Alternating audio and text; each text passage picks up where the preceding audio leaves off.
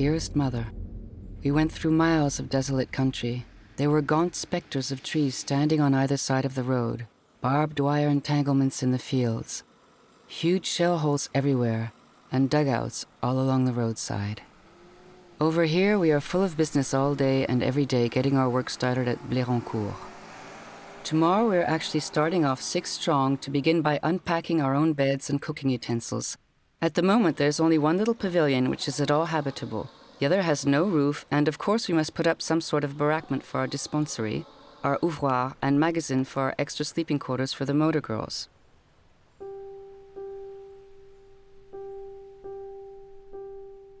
In the shadow of the war, young American women left their home country to come to the assistance of the French people in distress. Little was written about their passage, save a few rare letters found by chance in family attics. Letters sent to loved ones who had remained in the United States. Over a course of 7 years, photographers and filmmakers captured their daily lives. These records are as exceptional as they are original.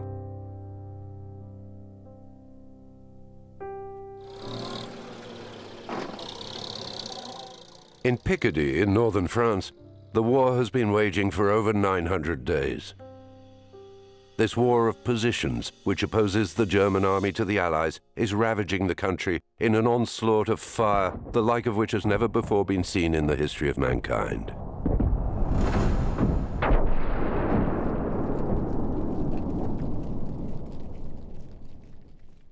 A dozen kilometers from the front, a small group of American women has set up their headquarters in the village of Blérancourt. Driving around in their Ford T's and Dodge pickups, they come to the aid of civilians affected by the war. Mary Breckenridge, head nurse, recounts. Tomorrow we'll start early in the morning. One van will head off equipped as a mobile shop with supplies and another with doctors. Here we still have the dispensary and the office, open day and night to receive people.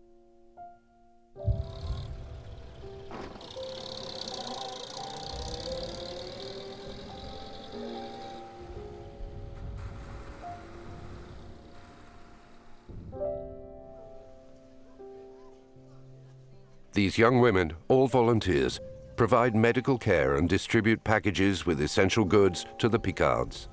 Miss Morgan writes to her mother. The other day, our doctor at Blérancourt had an emergency call for a baby that she had heard nothing of at Saint-Paul, one of our most destroyed villages. The baby was born in a trench with a corrugated roof. 5 people living together, and no light unless one left the door open. Poor Dr. McLaughlin said she had never thought to bring a baby into the world under such conditions.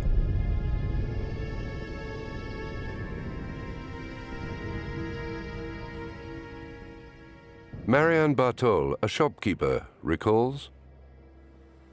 From Blérancourt, we went to Soissons, then along a part of the Chemin des Dames to Fismes, where the famous Hill 108 is.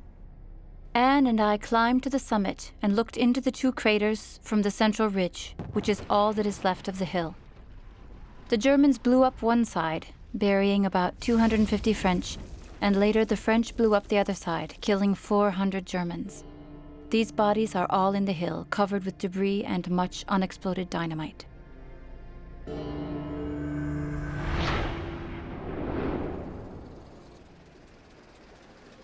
Mary Breckenridge talks about her leader's character. Miss Morgan is charming. She comes bursting in from time to time, very lively like a brisk west wind. She's full of good humor and jokes in the face of all the strange situations that arise. These American women had a mission: to save France from German barbarity. Impelled by an immense philanthropic momentum, they were recruited by an exceptional woman, Anne Morgan. In order to learn more about her, we need to step back into the past.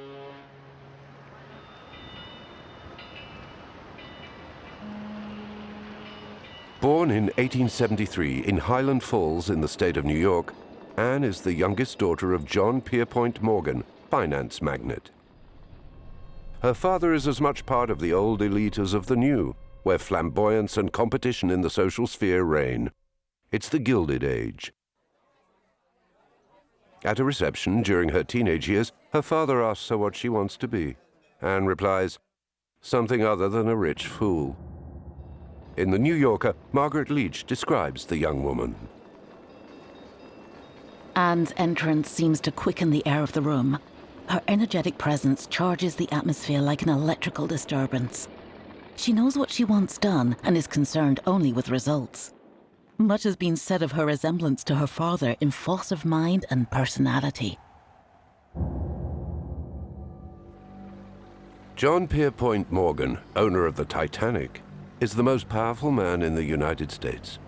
An arms dealer turned banker and industry magnate, he buys out his competitors to create trusts and ensure his monopoly.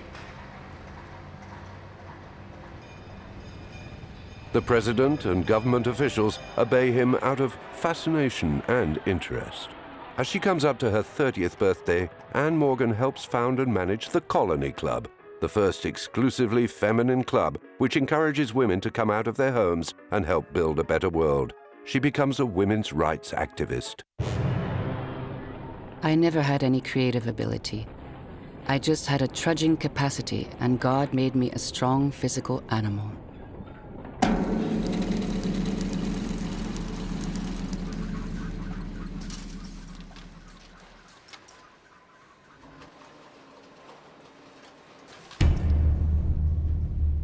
In New York, 15,000 female workers from the textile industry are up in arms about their harsh working conditions.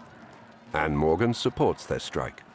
The strikers ask for bread and roses, the abolition of child labor, equal pay to men, and women's suffrage.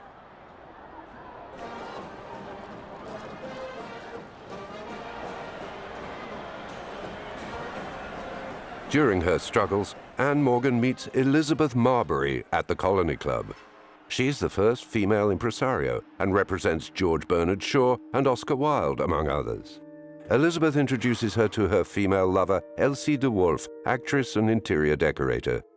The couple distance Anne from her family environment, drawing her into a freedom-loving artistic world where less conventional sexual practices abound.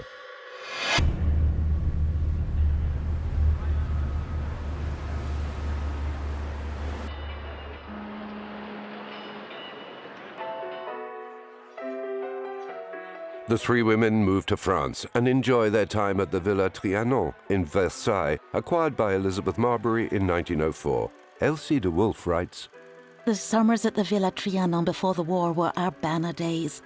Life there was so easy and comfortable, and the three of us lived happily together.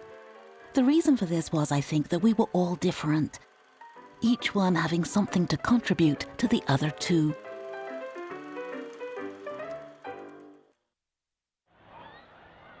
They are known to all of Paris as the Versailles Triumvirate. On Sundays, guests from all backgrounds come visiting: royalty, armed forces, and celebrities. J.P. Morgan dies in his sleep a year after the sinking of his ocean liner, the Titanic. Wall Street's flags are at half-mast. The New York Stock Exchange halts trading as the funeral procession passes by. Anne becomes one of the richest heiresses in the New World.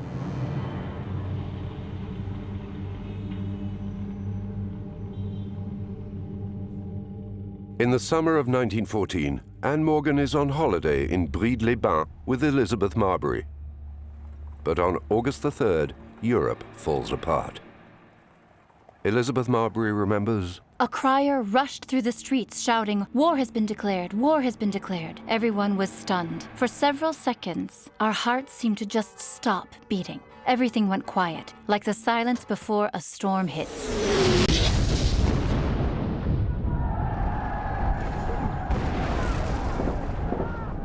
Anne and Elizabeth cross France by car to meet with Elsie de Wolfe in Paris. At the end of September, after the Battle of the Marne, Anne and Elsie discover the front line. Elsie is overwhelmed. What we saw with our own eyes of the horrors of war touched us so deeply that we resolved then and there to devote ourselves to the Allied cause as long as the hostilities kept up.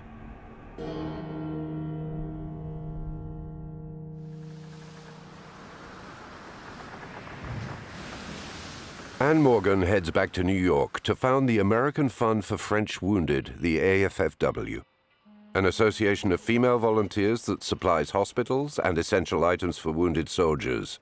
As she writes in her essay, The American Girl, published in 1915, "No human being can be free from a personal responsibility. Side by side, we must work for our sisters across the sea. Filled with the deepest human sympathy, we must give of that which is divine within us, the love which is ready for all sacrifice, even unto life itself."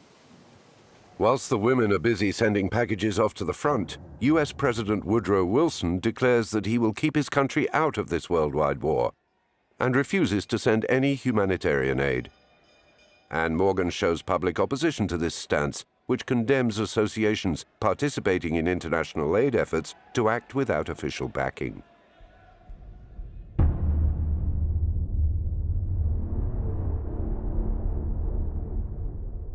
Upon her return to France, Anne Morgan, along with her two friends, transforms the Villa Trianon into a hospital for the war wounded.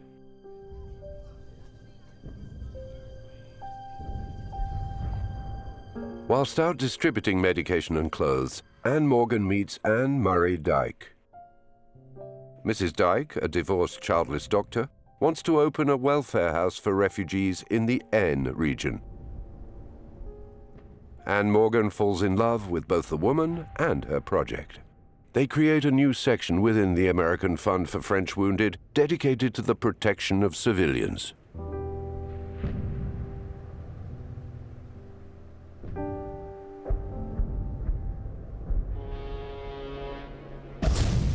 On May the 7th, 1915, a German submarine torpedoes the British liner the Lusitania. 1,200 people are killed, including 114 American civilians. America is in shock. Wilson will be re-elected in November 1916 on a promise to keep America out of the war. But in February 1917, Germany launches a pitiless underwater war in total contradiction with international law. 2 months later, President Wilson declares war on the German Empire. His new stance is clearly motivated by economic interests. The United States have lent so much money to England and France that entering the war is also a way of securing their debts.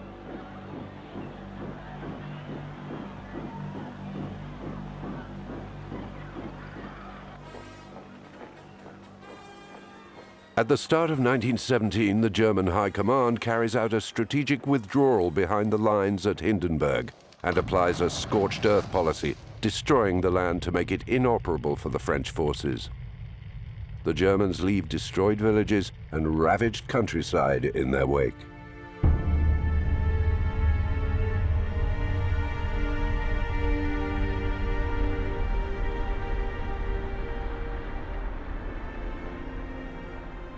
A few kilometers from the front line, in the village of Blérancourt, Miss Morgan and Mrs. Dyke set up their section dedicated to the protection of civilians, with the help of General Pétain.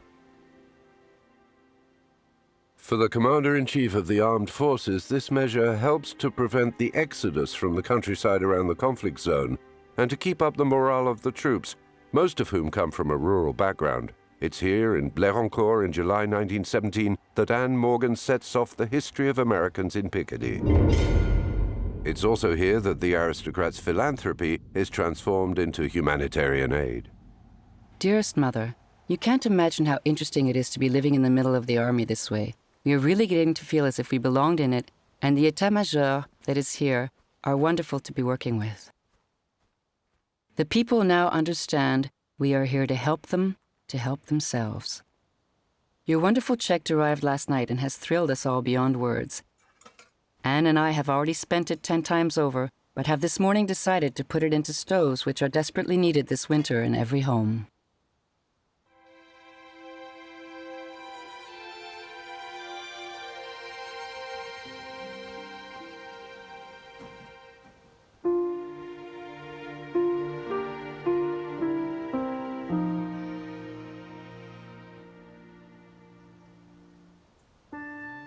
To feed the most poverty-stricken Picards, the American ladies set up a dairy farm in Blérancourt with 17 cows.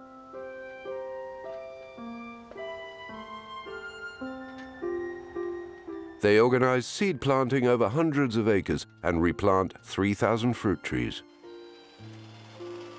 Ford tractors are imported from the United States to clean up the devastated farmland.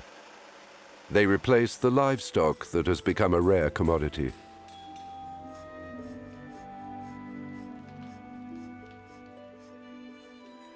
The fund also finances a workshop, employs workers to build shacks christened les provisoires, which will allow Picards to remain in their region and to bring this burnt land back to life. 800 families are rehoused in this way. They resuscitate this devastated land. But what motivation does a high society American lady have to join this fund in devastated Picardy so far from comfort? Her determination is cultural and francophile. The elite in the United States have limitless admiration for the country that saw the birth of the Age of Enlightenment and the Universal Declaration of Human Rights, and feel as if they owe something to France. Over 25,000 women left the United States to join great humanitarian causes during the Great War. 350 of them came to join Anne Morgan. The rich heiress multiplies her trips back and forth between France and the United States, where she recruits the fund's volunteers, young women with no ties. For many of our female compatriots, it's the chance to help show American sympathy for France, a counterpart of the men's enlistment in the armed forces. Other American ladies appreciate the freedom the fund affords them, driving vehicles, repairing engines, traveling without a chaperone, and managing alone without a man watching over.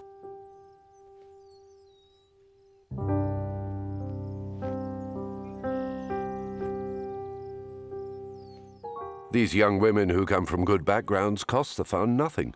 They pay for their own trip, $1,500 for a 6-month tour as a volunteer, the equivalent of $20,000 today.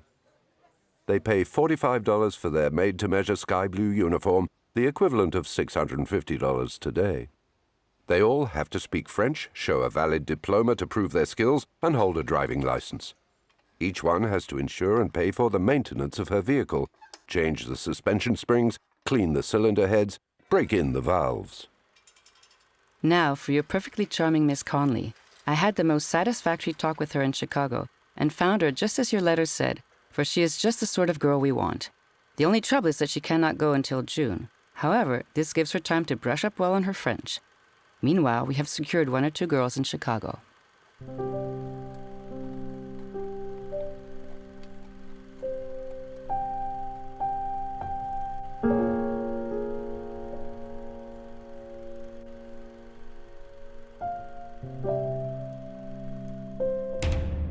In Eastern Europe, the Bolshevik Revolution changes everything. Russia has to deal with its internal issues. Fighting on the Eastern Front ceases. Some of the German troops leave for Western Europe, but most of the divisions stay on site to control the vast annexed territories. On the Western Front, the American troops, the Sammies, start pouring into the northeast of France. The reaction is immediate. In the spring of 1918, a German counteroffensive puts paid to all Reconstruction efforts and plunges Picardy back into the torment of war. In the countryside, it's mayhem. Civilians are obliged to flee, abandoning their homes.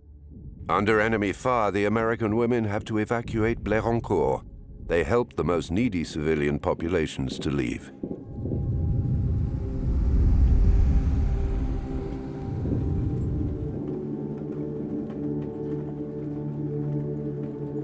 In this chaotic situation, the American Fund for the French Wounded concentrates on its medical mission and dissolves its civil aid section. Miss Morgan and Mrs. Dyke refuse to abandon the population to its fate and create the American Committee for the Devastated Regions of France.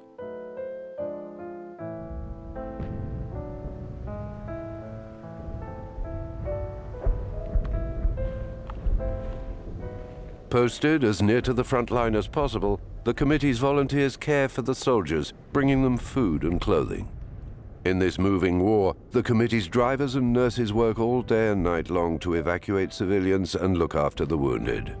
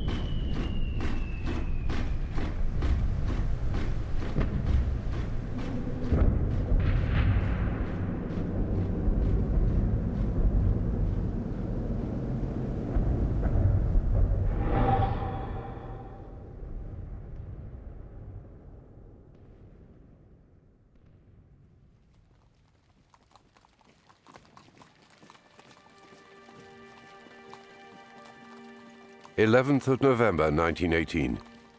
The armistice is signed. The Great War is over. Most humanitarian associations leave the front line. The AFFW decides to carry on its work. No person and no organization could imagine that we are no longer needed. Seeing the French still dying from hunger as they were during the fighting, dying now when all talk of peace, is like watching a nation dying for nothing. The shock for some is just too much. They kill themselves. Recently in Blérancourt, a woman over 60 committed suicide. Her husband was dead. Her son had been killed in the war. Not a single stone of her home was left standing. The garden and the trees had completely disappeared, so she hung herself there.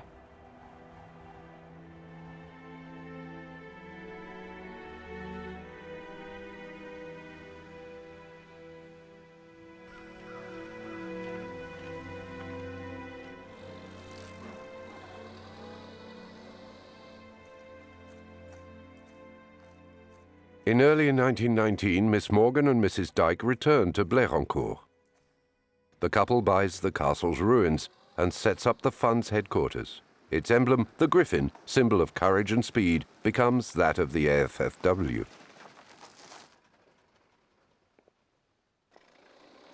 The AFFW is made up of 55 American women, 12 English women, and 80 French women, of which 16 are visiting nurses.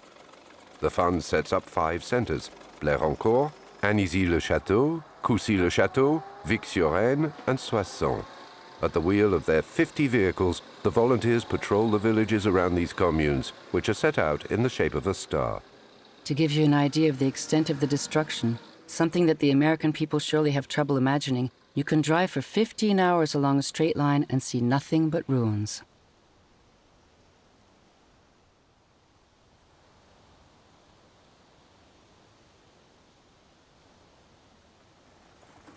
The village has been heavily bombarded by the Germans.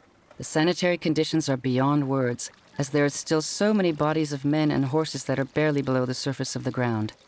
In the brook just outside the door of the schoolhouse, the head of a Fritz had appeared in the water, as the brook had washed away the covering of soil that was over the body.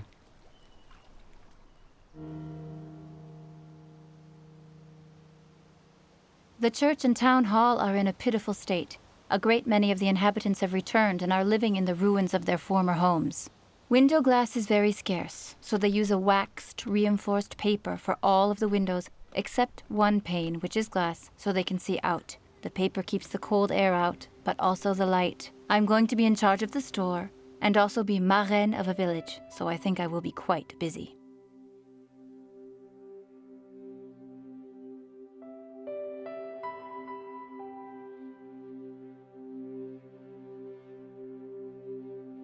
Each volunteer is the patron of a village.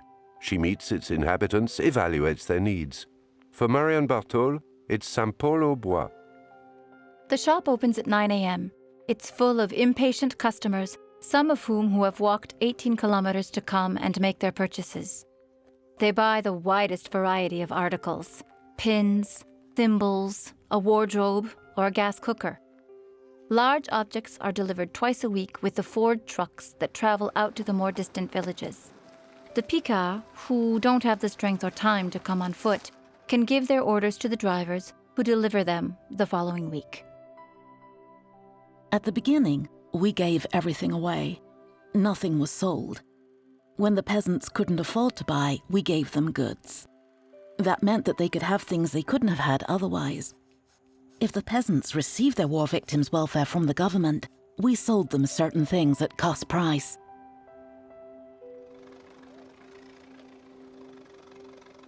As I sit here in spite of an overcoat, high boots, woolen stockings, etc., my feet are cold. There is no fire, and the door is constantly opened by some man or woman with a basket on her arm asking for something. Generally, I must call Anne to answer their questions, but I like to see their rosy faces, full of hope and confidence, as they cross the threshold of this office. On Saturday afternoon, a woman came in from my village of Saint-Paul to ask if I would be godmother for her baby, who was to be christened on Sunday. While there, I discovered that the baby was an illegitimate child, as the woman's husband had been killed in the war 4 years ago. This news was rather disconcerting, so I paid a call to the priest to see if it was acceptable for a member of the American committee to officiate in such a case. He listened carefully and finally said, Of course, a case like this is most unfortunate. But France needs the babies, so while the Church deplores it, the state is much pleased. However, we can arrange the matter, and as you are not a Catholic, I will have one stand by you and take the vows for you. I was quite taken aback. The illegitimacy of the child didn't worry him at all, but my being a Protestant did. Mary Breckenridge, who was born in 1881 in Memphis, Tennessee, is nicknamed Thompy by the girls who adore her. She gets a diploma in pediatric nursing and gives birth to little Brecky, who will be carried off by a poorly treated appendicitis. Mary therefore decides to devote her life to children and joins the AFFW. She sets up in Vic-sur-Aisne, where she heads up the visiting nurses unit. My darling mother. Miss Morgan and Mrs. Dyke gave me their consent to set up a baby hygiene campaign in this part of the N, wherein I shall measure and weigh all of the children under the age of 6 years.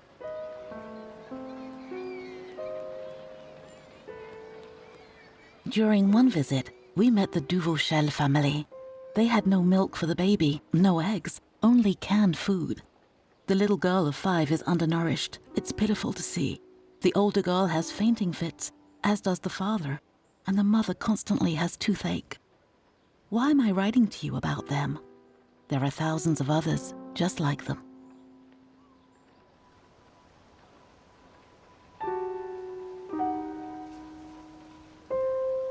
I must tell you about the dispensaries and hospitals. If you could only see the lines of mothers and their children waiting for the Monday consultations, and the hospitals full of sick people being treated as well as possible, you would indeed appreciate what the committee is doing for the French nation. Splendid work is being done in the way of child hygiene. Now French children are using toothbrushes on their teeth instead of their feet.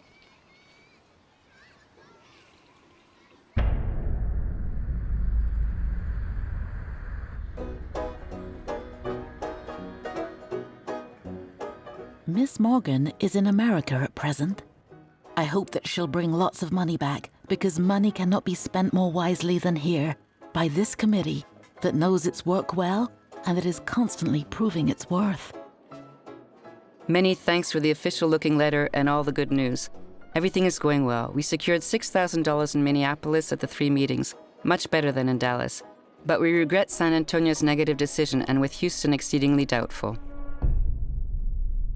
Miss Morgan is an autodidact in humanitarian work and a pioneer in fundraising.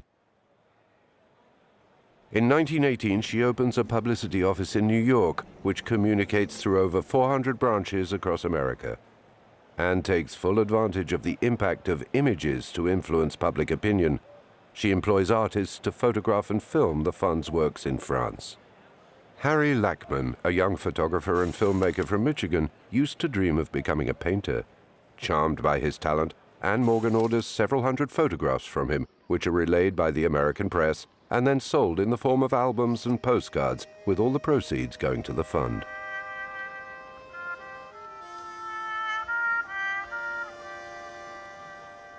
Dearest Mother, I do hope you will get to the office to see the photos that Harry Lackman took there last week.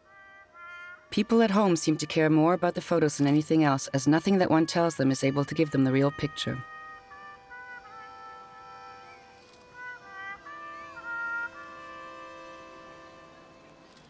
These portraits that praise the French peasant who suffers terribly from the World War, a figure of pugnacity, courage, and the instinct for survival, are greatly influenced by painting. This oftentimes idealized and sometimes caricatured image aims to stir the compassion of the New World and stimulate its generosity for battered France.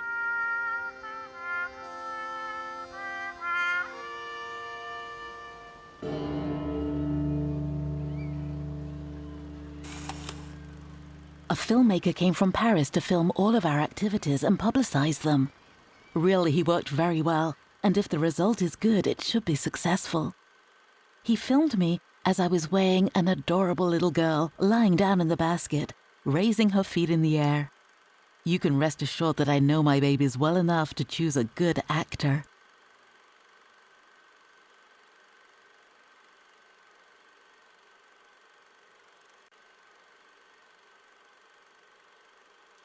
These images show the enthusiasm of the volunteers in the field, but the reality behind them is crueler.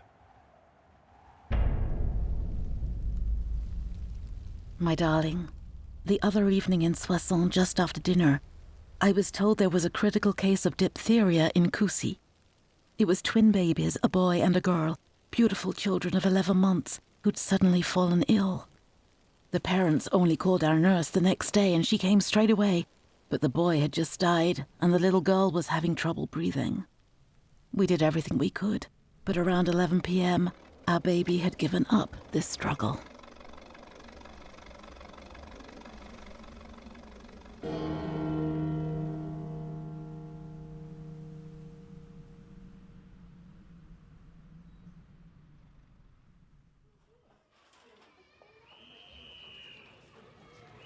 Mary Breckenridge recruits nurses at the Protestant nursing home in Bordeaux.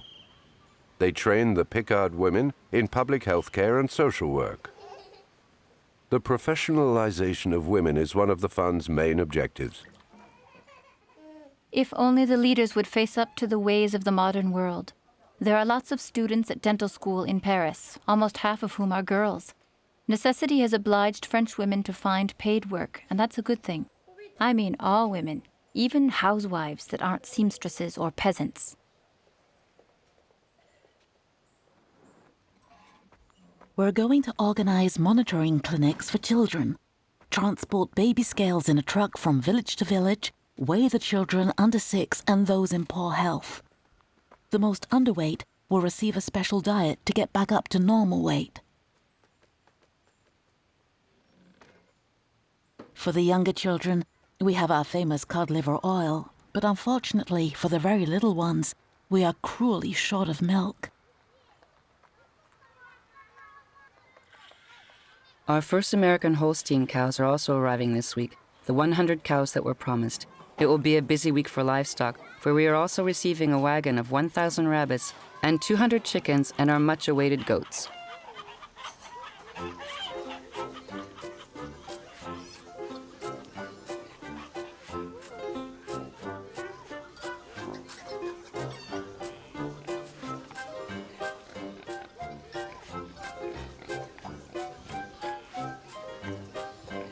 "30 more goats are on their way. It really is the most necessary thing for this region. The only difficulty is in getting hold of them. There were plenty at $5 or $6 before the war, but now they cost around $20. I estimate that for every goat purchased, one baby's life will be saved."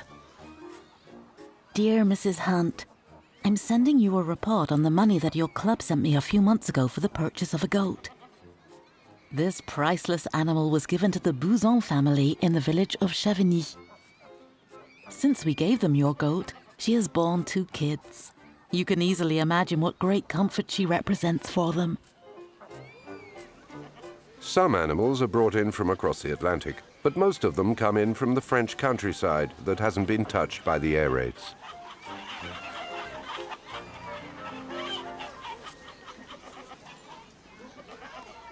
My dearest mother, I wish you could see how my little ones are gaining weight as a result of what I have done for them. Their mothers eagerly follow their weight gain, comparing them to the standards on the chart, and praying for the day when their child's weight will reach that standard.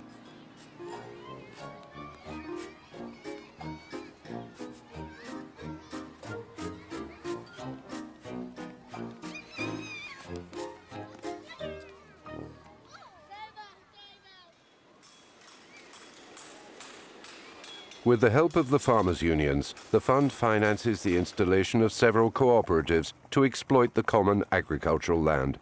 They put forward the funds to create repair shops for agricultural machinery, revive livestock farming and grain production. The expense is enormous. What a fruitful collaboration. Our tractors are the great excitement this week, for 25 Fortsons are arriving for us at Soissons. The government goes on promising state tractors in our region, but they do not materialize. This is terrible. So you can imagine what it means to have these actually on hand.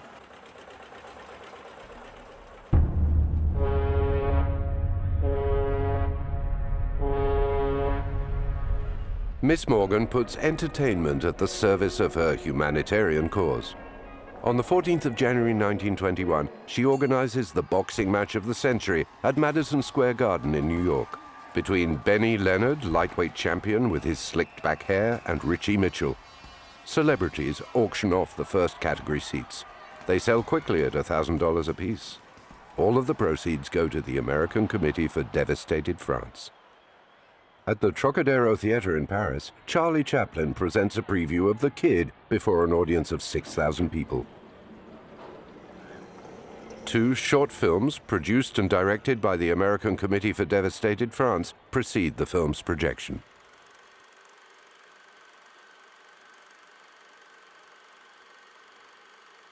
We have been swamped by photographers and filmmakers. And on top of that, there are various guests who come along to see what we're doing. We are practically exhausted. A filmmaker has filmed our babies again. They'll be child stars. The preview of The Kid is a triumph. Charlie Chaplin gives all the proceeds to the American Committee for Devastated France. At the same time, Anne Morgan organizes the Miss Goodwill tournament. Middle-class American ladies travel to France to observe the American Committee for Devastated France's actions and financial needs. To obtain this privilege, they participate in the Miss Goodwill contest. 56 towns take part. The voters pay 10 cents to select the committee's goodwill ambassadors.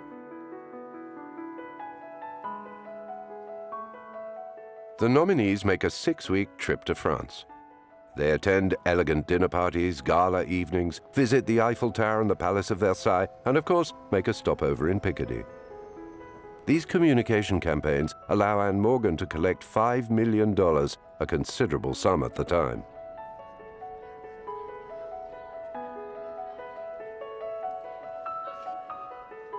As to the Goodwill delegation, it has been 100% successful. I know their morals could not have been better. I feel sure they have returned wild propagandists.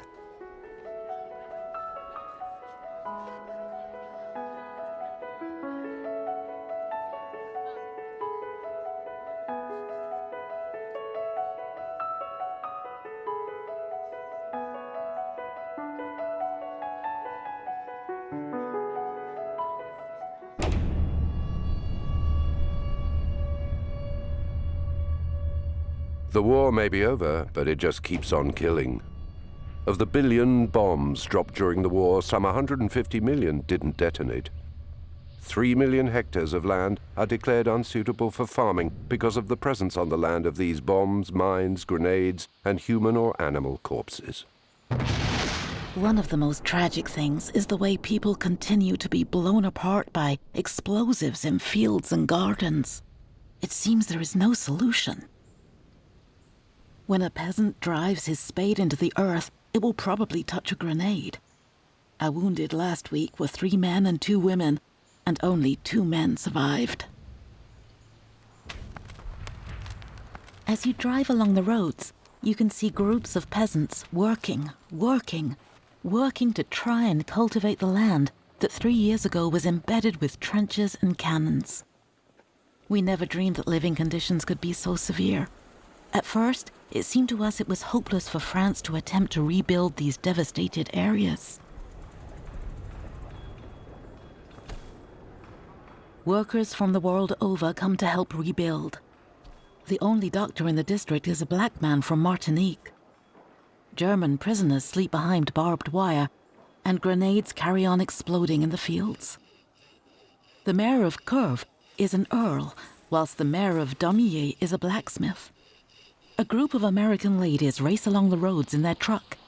Everything has been shuffled up like a pack of cards, and one day we'll wake up and we'll no longer be here. Thanks to a superhuman effort all round, Picardy is reborn from its ashes. The committee's volunteers have managed to make a large part of the population self-sustaining as regards food and material, and have organized an efficient health service. They've also brought a new breath of life to the Picards. At the foot of the Coucy-le-Château fortress, blown up by the German army in 1917, the committee builds a library that will be run by Jessie Carson. This librarian from the New York Public Library is nicknamed Kit by the girls in reference to Kit Carson, legendary pioneer of the American Wild West. What fun it is to discover Treasure Island with a French boy. He's enthusiastic about discovering the literature of another country. He finds Kipling un peu bizarre, but Cooper is épatant. These French children read these adventure stories with the concentration of an Indian following an animal's tracks. The library furniture is built in the committee's workshops using planks of wood from the supplies crates and pale wood from pitch pine imported from the United States. It's adapted to all sizes of reader, even the smallest. The books can be borrowed for free. A record sheet is inserted in each book. It's a system that's totally new to France. The children are crazy about the books. The veterinarian reads philosophy. The baker's wife takes out 2 books a week, her only moments of leisure. Another part of our children's aid program is a small mobile library with French children's favorite books. The library is in a truck that also transports groceries. In 1922, 50 vans called mobile libraries drive through the Picardy countryside. The mobile library is born. It's a first for France.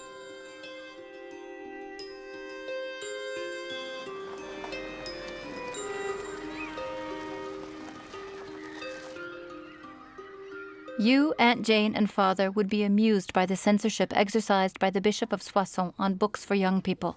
Amused and saddened by this new proof of censorship by the Roman Catholic Church, Jessie Carson asked the bishop to approve the lists of books for the libraries. Among those he excluded were Gulliver's Travels, 1001 Nights, and everything by Alexandre Dumas and Victor Hugo. Fortunately, it's the consensus of opinion of the elite, and not the anathema of just one of them, that determined the choice of books.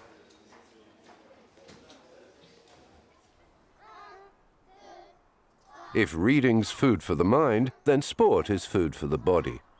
In the spring of 1920, during a tour in Texas, Anne Morgan recruits Agnes Doran, a young physical education teacher.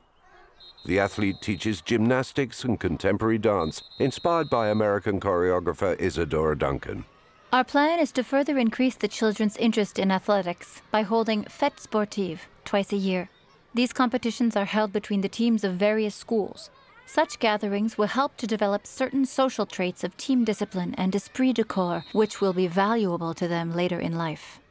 Individual badges are given to the children who have shown physical progress. The Latin race entirely lacks the sporting instinct which is so strongly ingrained in American and English children. Doran, the Texan girl, is one of the most talented and annoying people I have ever met. We were all annoyed with her at times. She is so content with herself and convinced of her own importance that she is hopeless.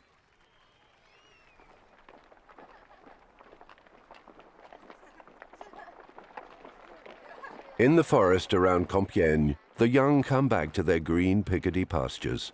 The smell of gunpowder has given way to the scent of daffodils. The committee actively supports scouting and founds the Boy Scouts of devastated France.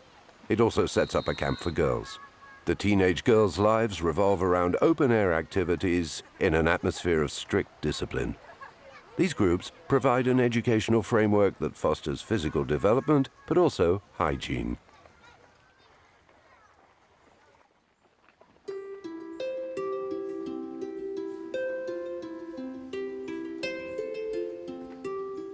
This week we are starting in the school. Miss Wright, Miss Tuvey, and Miss Hick are starting with sewing and carpentry classes, and the teacher is thrilled as he has no means of doing it himself, and yet realizes that the whole future of the country lies in the very young.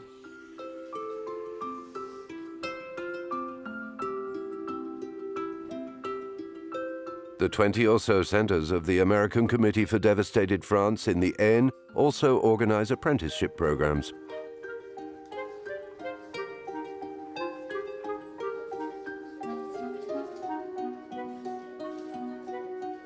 The centers also double up as kindergartens so that mothers and war widows can take time out or go to work.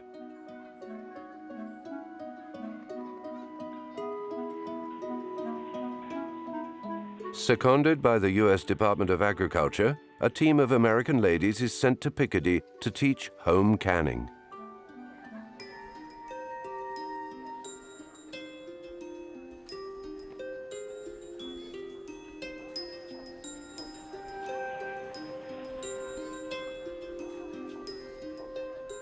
As a yellow and white checked oilcloth is the usual table covering, the white cloth was an important feature.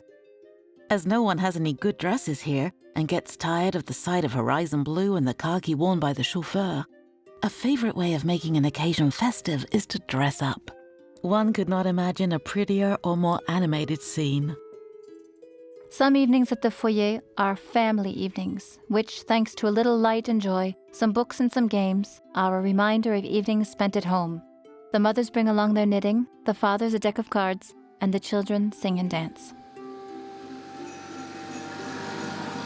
Every village will have its Christmas tree and its gramophone for music. Some will have a small mobile cinema purchased by the committee. It will be very pleasant. With some difficulty, we found a Christmas tree in the forest of Compiègne. We have had a very busy week with Christmas parties for the children from the villages in our foyer. We had 3 parties with about 350 children at each one. Tilly dressed up as Père Noël, and some of the children were delighted and shrieked with joy at the sight. Others were scared and wept for fear they might have to shake hands with her. My dearest mother, I so wish you could see the gifts I receive from my friends in the Vic district. Among them are all sorts of shell casings, some of delightful simplicity, others hideously decorated with my initials that stand out like warts. I also have flowers, mistletoe, pies cooked without sugar or milk, and even eggs from the chickens they had such difficulty getting.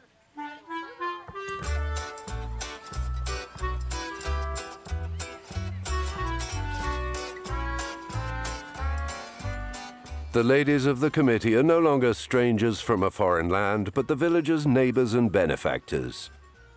Their work is done. The American ladies can leave Picardy. A party's organized. Miss Morgan and Mrs. Dyke, surrounded by children, enjoy this last shared moment of happiness. In her last letter, Anne Morgan conveys her emotion. Up there, as you know, we're working hard at closing the American Committee. It seems like a first-class burial for everyone concerned. However, you can see from Mrs. Dyke's official letter to me written by her before I left France that the Association d'Hygiène Sociale de l'Aisne has been officially created.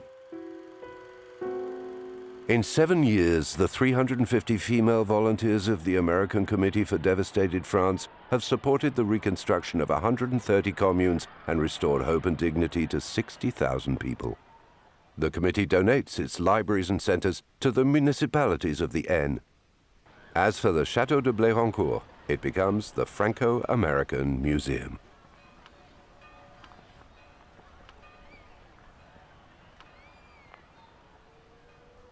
I came back to Vic as it was growing darker, along a road so full of memories of loaded trucks and urgent calls. It was my farewell evening, and in spite of my sorrow, I enjoyed the songs that the drivers and young people had prepared. Every day seems to be a goodbye, one after the other, each more difficult than the one that went before. You cannot dedicate your life to an entire nation for 3 years without feeling the heartbreak of the last goodbyes.